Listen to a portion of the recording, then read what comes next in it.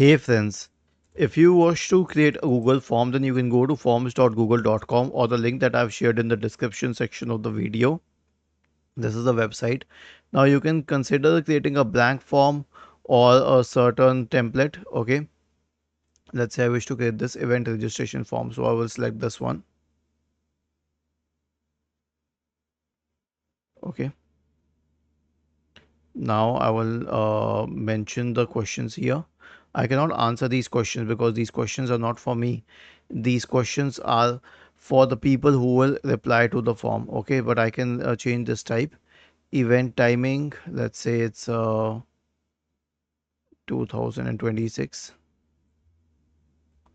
and the event address, my house, whatever your address is, or you can contact us at, let's say, whatever the phone number is. Okay, and then you can add elements here like important questions, a title, or if you wish to add an image, you can keep this image or you can remove this image.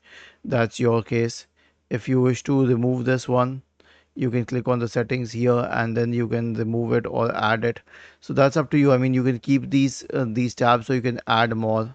Okay, so you can organize your form accordingly. For example, if you wish to add this, you can click on add other.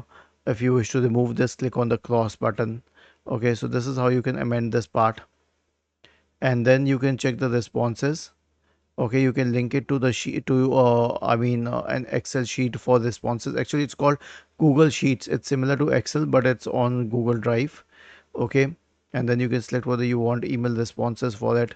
Then you can select settings. You can make a quiz out of this and select other settings as well. Now, where do you get these responses?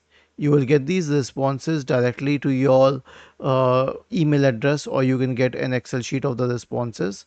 Okay, and then you can also share this the admin part of this form with someone else, and then you can click on publish to publish it. Okay, and responders can be anyone with the link, or you can select a few responders. Let's say that I wish to select a different responder, so I can select that one, and then I can click on done, and then I can click on publish. Was this helpful? If yes, then please subscribe to the channel. If not, then let us know in the comment section of the video on how we could help you further. Thank you for watching this video and have a nice day.